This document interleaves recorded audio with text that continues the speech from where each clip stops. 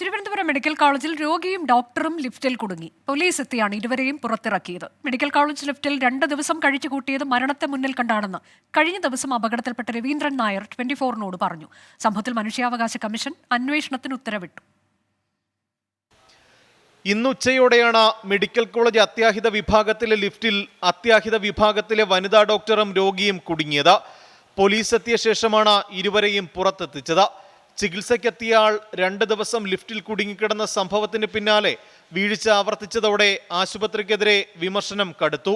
ഈ ആശുപത്രി കഴിഞ്ഞ എത്രയോ വർഷക്കാലമായി ഒരു കുത്തഴിഞ്ഞ നിലയിലാണ് പ്രവർത്തനം നടത്തുന്നത്. കാര്യം, ഒരു സൂപ്രണ്ടുണ്ട്, ഡെപ്യൂട്ടി സൂപ്രണ്ടുമാരില്ല, കാഷ്വാലിറ്റി ഡെപ്യൂട്ടി ഇല്ല, ജനറൽ ഡെപ്യൂട്ടി സൂപ്രണ്ടില്ല, RMO ഇല്ല. വർഷങ്ങളായി ഒഴിഞ്ഞു കിടക്കുകയാണ്. അതിന് പ്രധാനമായും ഞാൻ മനസ്സിലാക്കിയത് ഡോക്ടർമാർ ഈ ഉത്തരവാദിത്തം ഏറ്റെടുക്കാൻ തയ്യാറാകുന്നില്ല.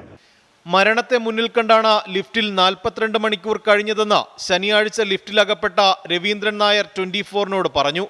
രക്ഷപ്പെടില്ലെന്ന് തോന്നിയപ്പോൾ മരണക്കുറിപ്പ് എഴുതി.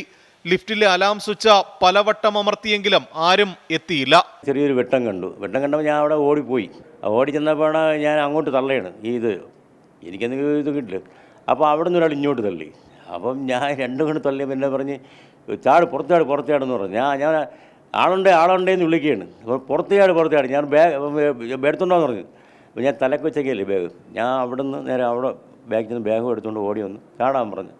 ഇങ്ങനെ പിടിച്ചു വെച്ചിരിക്കുകയാണ്. ചാടി പുള്ളി വിട്ട് ഡോറം കടന്നു.